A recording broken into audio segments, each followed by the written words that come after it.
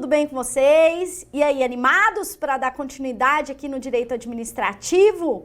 Vamos lá, com muita animação, felicidade, amor no coração, né? Vamos mentalizar a sua aprovação para que fique mais leve essas aulas, certo? Eu sou a Larissa, estou aqui com vocês há algumas unidades, mas para quem está começando por essa unidade, voltem nas anteriores que é necessário, certo? Vamos lá continuar direito administrativo, certo? Bom, o que eu trouxe para vocês aqui? Lembra que falamos que a administração direta atua através de seus entes políticos, né? União, Estado, Distrito Federal e municípios. E a administração indireta, ela é o fruto da descentralização da administração direta. A administração direta vai lá para que suas atividades sejam melhor exercidas, né, pelo princípio da especialidade, da especificidade, pela eficiência. Ela vai lá e descentraliza as atividades. Ela vai lá e cria novas pessoas jurídicas para que estas novas pessoas jurídicas executem aquelas atividades da administração pública. Vimos isso na aula anterior. Aqui, gente, temos que lembrar que as entidades têm personalidade jurídica, tá? E elas respondem pelos seus atos. Elas vão responder. E os órgãos não têm personalidade jurídica. Eles são meros centros de competências. É repartição de competência interna. E aí quem responde são as entidades, certo? Aqui, a primeira que vamos ver são as autarquias. Quem são as autarquias? Primeiro de tudo, a gente tem que saber que a autarquia, elas executam atividades próprias do Estado. Elas são muito próximas dessas entidades que as criaram. Elas executam própria atividade de Estado mesmo, não é atividade econômica, é atividade de Estado. E aí o que acontece?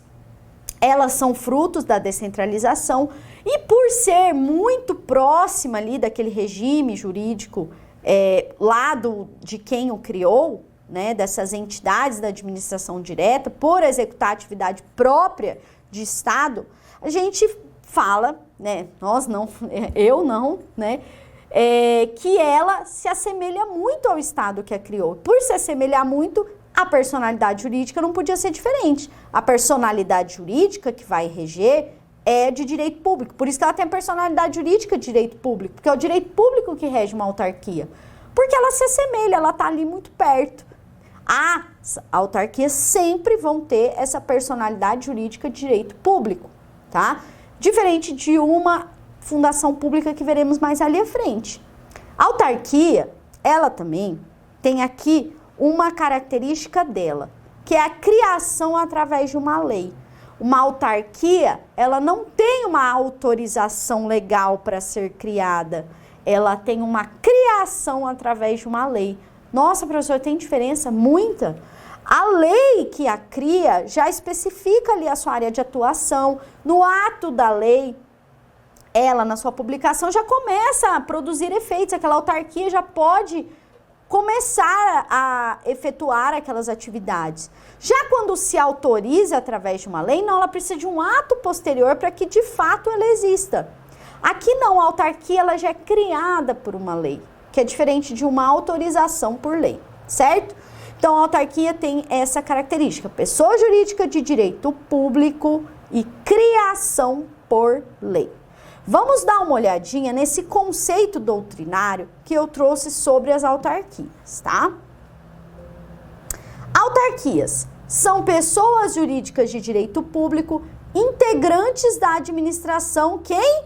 Indireta, criadas por lei específica que possuem capacidade de autoadministração, sendo encarregadas do desempenho descentralizado das atividades administrativas típicas do poder público. Como eu disse, ela pratica atividade de Estado, de poder público.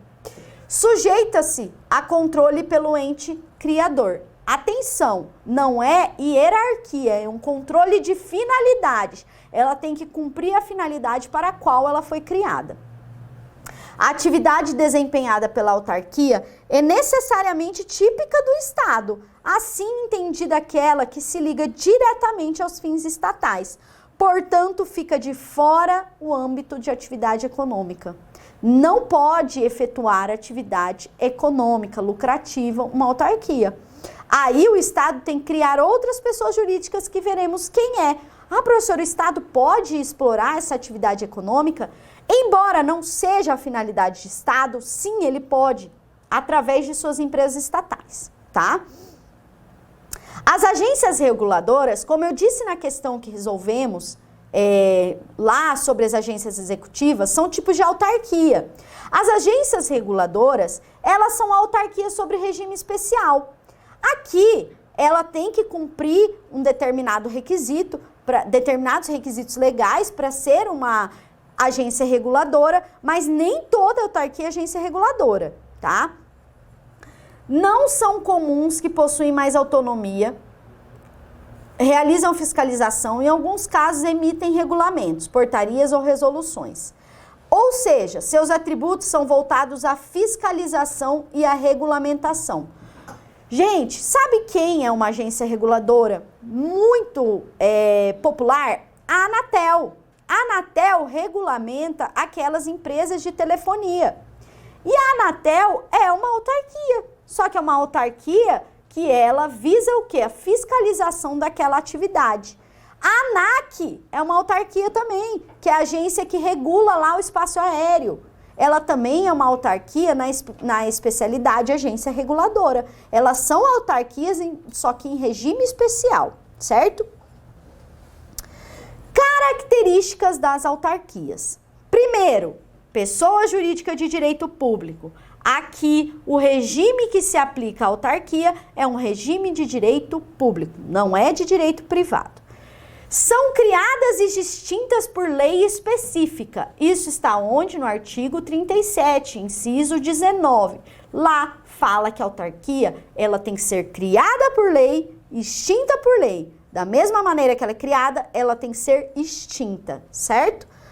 Sua extinção, ela dá por lei específica em homenagem ao princípio da o quê? Simetria, que é similitude, né? Um outro exemplo do princípio da simetria é no caso lá do poder que a gente viu do poder normativo. O poder normativo, que foi dado lá pelo artigo 84 ao chefe do poder executivo de regulamentar, pelo princípio da simetria, o STF estendeu eles aos governadores e aos prefeitos. Então, esse princípio da simetria, para você não te soa estranho, porque eu já falei lá sobre a simetria, certo? Sua extinção também se dá por lei, tá? Tem autonomia gerencial, orçamentária e patrimonial. Ela que vai, o quê? Se organizar. Ela que vai dirigir ali as suas atividades. Ela também tem um dotamento próprio patrimonial e ela possui bens próprios. Tá? Aquele bem da autarquia é um bem da autarquia, não é um bem geralmente da União. Geralmente é um bem do INSS, é um bem do IBAMA. Ele utiliza aquele bem lá com a finalidade para o cumprimento do seu papel. É muito comum a gente ver na rua um carro lá do IBAMA, um carro do INSS, um carro de alguma autarquia, outra autarquia federal, lá a serviço público. E aquele bem é da autarquia e ele tem que cumprir aquela finalidade pública.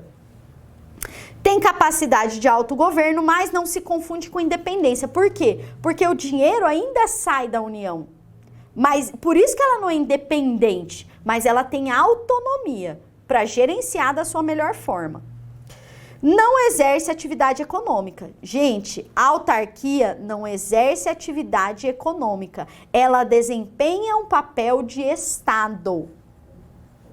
São imunes a impostos, sim, porque não há a autotributação, tá? Lá no artigo 150, parágrafo 2º, explica, explícita essa imunidade da autarquia. Lembrando que a imunidade ela é trazida pela própria Constituição Federal. Já as isenções, elas são reguladas infraconstitucionalmente, mas a imunidade ela é trazida expressamente na Constituição. Só quem traz a imunidade tributária é a Constituição Federal, certo?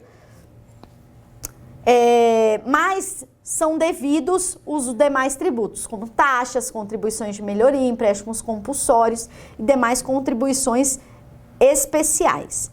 Seus bens são públicos. Como eu disse, aquela utilização de bem tem que cumprir a finalidade pública, porém é dele aquele bem, é daquela autarquia, não é da entidade que o criou. Só que aqueles bens Por que tem uma importância daqui da divisão de um bem público e de um bem privado? Os bens públicos, gente, eles são inalienáveis, eles são imprescritíveis, eles são impenhoráveis, e são benefícios dados ao Estado, benefícios e obrigações, né? Como assim? Tem um processo lá do Estado, em regra não se penhora um bem, como se acontece na esfera de um particular. Você não consegue usucapir um bem público que traz o critério da imprescritibilidade. Aquele bem, ele pode estar ali naquela posse de um particular 10, 15, 25, 30, 50 anos. Ele é um bem público, não vai haver o que eu uso capião de um bem público, que é a transferência ali da propriedade do poder público para um particular. Pode passar o lapso temporal que for, ele não perde o poder, a propriedade daquele bem, certo? Por isso que é imprescritível. E ele é inalienável. Inalienável quer dizer que não é vendável, não se vende. Porém, gente, não essa questão não pode vender um bem público. Enquanto eles estão afetos a esse exercício de atividade pública, eles não podem ser vendidos. E quando são vendidos, eles têm que fazer licitação, leilão, para que se venda aquele bem, para que possa vender aquele bem, tem que justificar que ele não está sendo utilizado, isso chama-se desafetação de bem público. É muito mais complicado que eu aqui, ó, peguei minha garrafa, eu vendo lá no OLX. É muito mais fácil um particular vender um bem dele. É alienável a minha garrafa, meu carro, a minha fazenda, mentira que eu não tenho. Mas o que acontece é que eu posso vender um bem meu, mas o Estado, quando vai vender, tem que respeitar a lei que fala que ele pode vender. Tá? Então tem que haver uma desafetação, tem que seguir as regras de licitação impostas, tá? Então por isso que a gente fala que é inalienável. Praticam atos administrativos. Isso quer dizer que tem presunção de legitimidade, tem exigibilidade, tem coercibilidade, tem autoexecutoriedade, tem imperatividade. Ou seja, o IBAMA vai lá na sua chácara, vê que você está despejando a céu aberto o esgoto. Ele vai lá e te multa. Aquela multa ali é de uma autarquia. E ele pode fazer isso? Pode. Porque ele pratica ato administrativo, que tem todos aqueles requisitos de ato administrativo. Certo? Celebram contratos administrativos. A lei que rege os contratos é a 8666, que é a mesma lei de licitação. Então, quando a administração indireta, através da autarquia, né? A autarquia vai lá, quer comprar caneta, ela pode ir lá no mercado comprar caneta, porque tá barato? Não, ela tem que abrir um processo licitatório, certo? Lembrando que ela é pessoa jurídica de direito público, nada mais natural que isso. O regime normal da contratação é estatutário. Nós vamos ver agentes públicos. Tá? Então não se preocupe se você não sabe o que significa estatutário ou o que significa seletista. Aqui a gente tem uma pequena divisão, a gente chama de estatutário aquele que é servidor público mesmo, tá? Aquele que vai possuir estabilidade, aquele que vai ter uma ligação com a administração pública mais profunda. Já o empregado público, ele não é regido por uma lei própria, ele é regido pela CLT, que é a mesma lei que se aplica aos empregados normais. Mas aqui na autarquia, ela é pessoa jurídica de direito público. Qual é o regime que é aplicável? O regime de direito público. Então, a contratação não vai ser mediante uma CLT, vai ser mediante um estatuto, uma lei própria. Todos têm que fazer concurso público, mas aqui o estatutário, ele adquire uma estabilidade. Já o empregado seletista, ele não adquire estabilidade. Essa estabilidade que se dá depois de 3 anos de efetivo exercício e aprovação em estágio probatório, ele só é aplicável em estatutário. O seletista, ele tem as estabilidades, mas as estabilidades que é comum a qualquer empregado. A empregado de empresa privada mesmo, tá? Então, aqui, em regra, é um servidor estatutário. Faz concurso público, passou 3 anos, tem as contratações hoje em dia possíveis através de terceirização, mas aqui a regra é servidor estatutário, certo? Possuem prerrogativas típicas da fazenda pública, possuem privilégios processuais. O que são prerrogativas? São benefícios dados. A fazenda pública tem prazo processual diferente, em regra em dobro, quando a lei não traz um prazo específico. Então, aqui ela tem benefícios que a pessoa jurídica de direito privado não tem. Isso se aplica às autarquias, essas prerrogativas. Como? Gente, eu falei da imunidade, né? Da imunidade ali, ó, Agorinha há pouco eu falei, essa imunidade de imposto é uma prerrogativa. Esse prazo aqui em quadro, isso aqui mudou, tá, gente? Hoje em dia, em regra, é em dobro para tudo, exceto quando a lei traz um prazo diferenciado, tá? Então, aqui, esse prazo é um prazo especial para a administração pública. Depois, o CPC de 2015 unificou, é tudo em dobro, exceto quando a lei traz uma regulação específica. E aí, não dobra esse prazo específico. Ele é esse prazo específico dado para a administração pública, certo? Responsabilidade objetiva e direta. Nós veremos responsabilidade civil da administração pública, que a administração é responsável pelos atos dos seus agentes.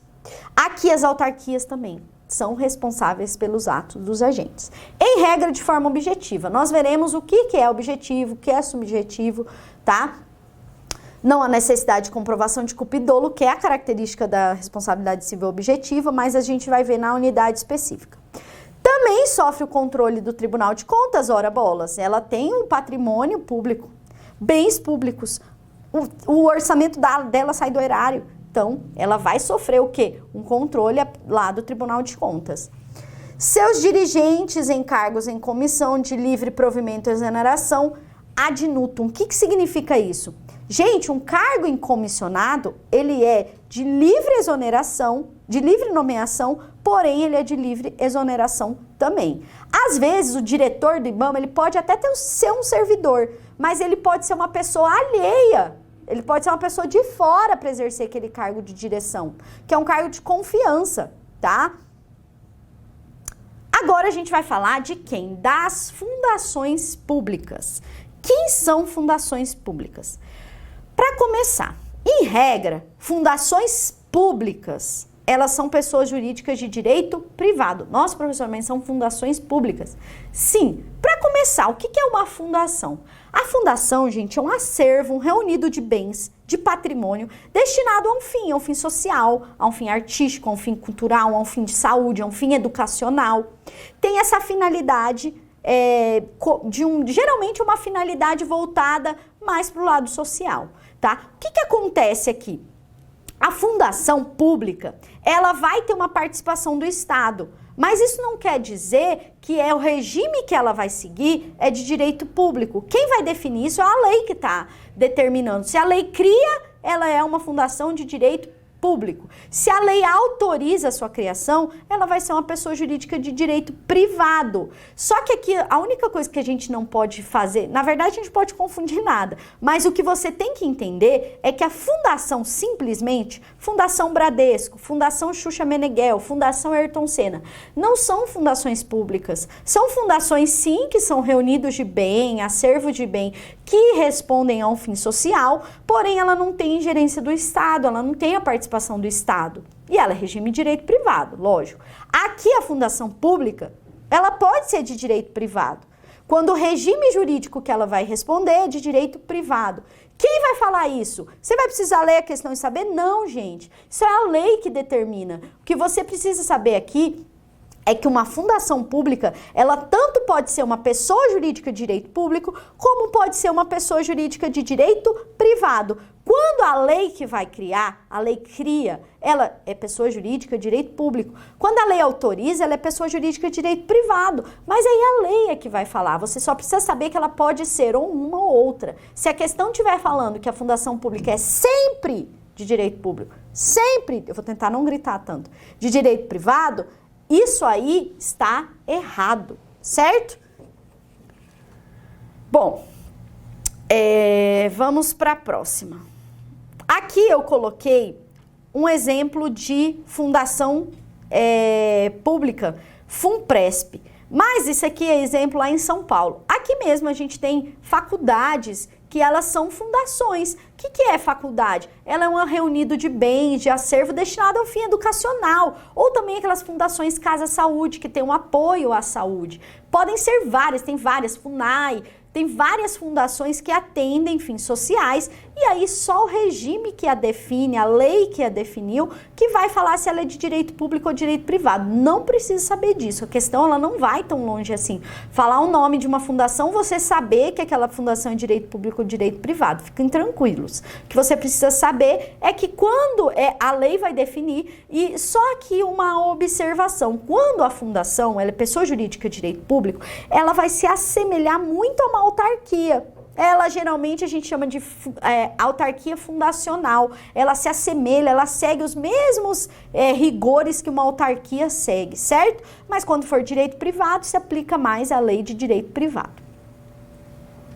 Quais são as características? Primeiro, ela presta uma atividade de interesse social, como a saúde, educação, cultural, pesquisa.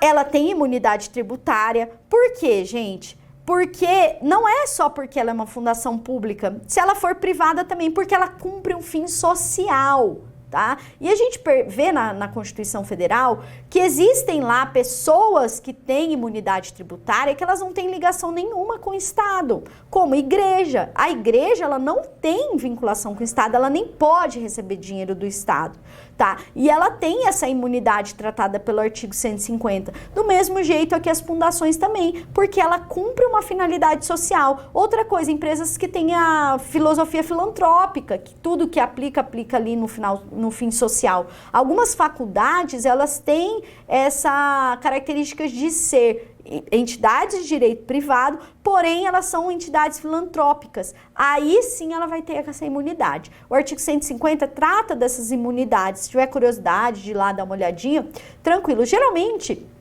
o artigo 150 está dentro do orçamento lá, ele não cai muito nas provas de segurança pública, mas por curiosidade nunca é demais, a gente pode ir lá, você pode ir lá, ler o artigo 150 tranquilamente, certo? Regime pessoal das fundações geralmente é um regime estatutário, quando ela é pessoa jurídica de direito público. Quando ela é pessoa jurídica de direito privado, seletista. Por quê? Porque ela é pessoa jurídica de direito privado e o que regula as relações aqui é a CLT, certo?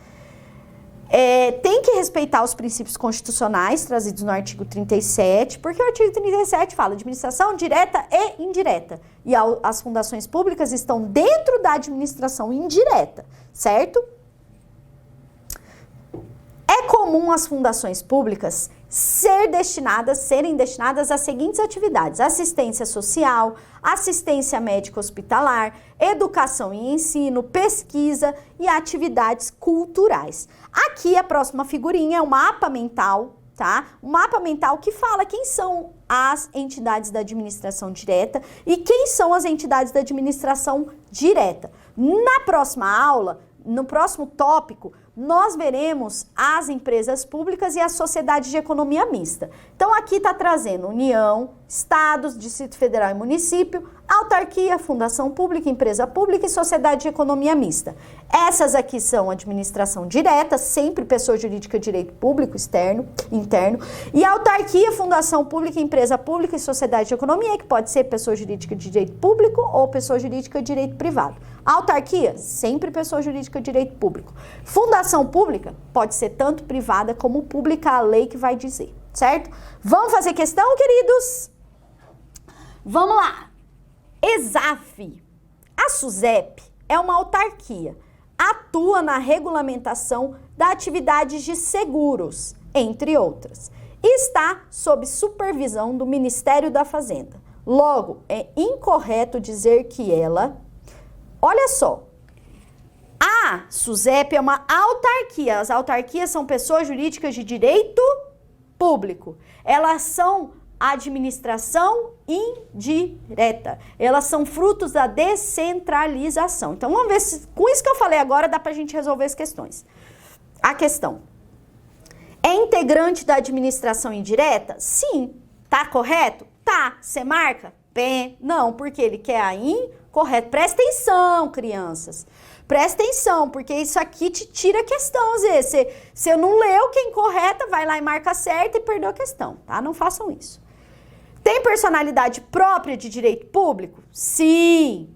Executa atividade típica da administração pública? Sim. Tem patrimônio próprio? Sim. Ué, professora, não tem correta? Tem, criatura. Ó, sei aqui, ó. Está hierarquicamente subordinada a tal ministério. Tá errado! Ela não tem subordinação hierárquica. Lembra que eu disse para vocês, pelo amor de Santo Cristo? Não tem subordinação hierárquica. Tem um controle finalístico. tá? Tem que corresponder à finalidade para a qual ela foi criada. Isso não é hierarquia. Quem tem hierarquia é órgão, certo? Erra não. Aí, ó. Até coloquei em vermelho aqui porque tá bem, muito errada. Quanto às autarquias, no modelo da organização administrativa brasileira, de novo, é incorreto afirmar. Possuem personalidade jurídica? Possui ou não possui? Possui, certo. São subordinadas hierarquicamente, de novo. Gente, é praticamente a mesma questão. Não é possível isso. Viu que Exaf gosta, né? Exaf curtiu isso aqui. Tá errado esse aqui. Não tem subordinação de hierarquia. Qual é a palavra que eu disse? Controle finalístico. São criadas por lei? Certo. Compõem a administração pública indireta? Certo. Podem ser federais, estaduais, distritais e municipais? Podem. Pode ser uma autarquia, União cria uma autarquia, o Estado cria uma autarquia, o município cria uma autarquia, o DF cria uma autarquia. Pode. Os entes políticos podem criar autarquias. Então, a B.